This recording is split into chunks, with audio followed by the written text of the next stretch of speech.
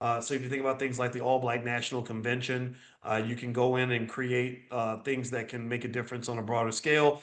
In fact, when you build wealth, building wealth is not just something that benefits one person, it's something that should benefit lots of people. And so when I was at Tuskegee and I met some really smart guys to help me move my stuff in, they were all Kappas and they were super smart and they all had great majors. I said, every one of you should learn how to start a business because it's not enough for you to just get a good job. You want to have the ability to create jobs so that way you can shape your own reality and shape the realities of others. Also, venture capital funds. This is one little secret that happens a lot in the white community, but not enough in the black community. If you have venture capital funds, just pools of money, piles of capital, there's that word capital. That's the most important thing you can have. When you have piles of capital, you're then able to build black entrepreneurs and give them opportunities and make strategic investments that don't just develop institutions, but allow great ideas to get off the ground.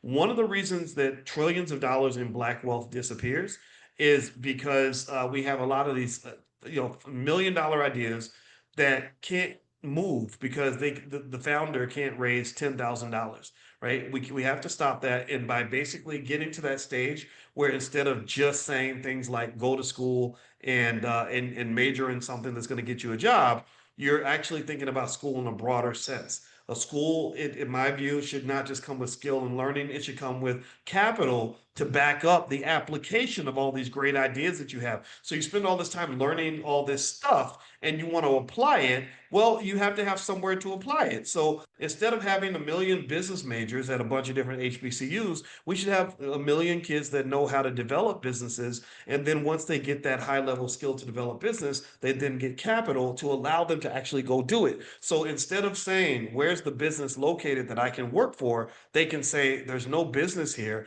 I'm going to develop a business here. And then I'm going to use my skill set to run the business that I developed. And that's a different level of manifestation and economic power that really makes a big difference. And it happens a lot. What white folks do is something called Y Combinator. Y Combinator is where Sam Altman came from. And Sam Altman is one of the most powerful people in all of artificial intelligence. He's a multi-billionaire. He was probably a billionaire by the age of 30. And Sam Altman's invested in a lot of companies. He was a founder of the company Oklo that many of you all have made money from because I was talking to you guys about Oklo stock back when it was $8 a share, and basically what they do is they sit around and they bring their best and their brightest together and they lay their ideas out and they give them capital to fund those ideas. And then they share the ownership and they create these billion-dollar companies out of all these amazing ideas. So if you look at what sort of happens with us a lot of times, there's a ceiling in the economic potential of what our best and brightest can do. And really it comes down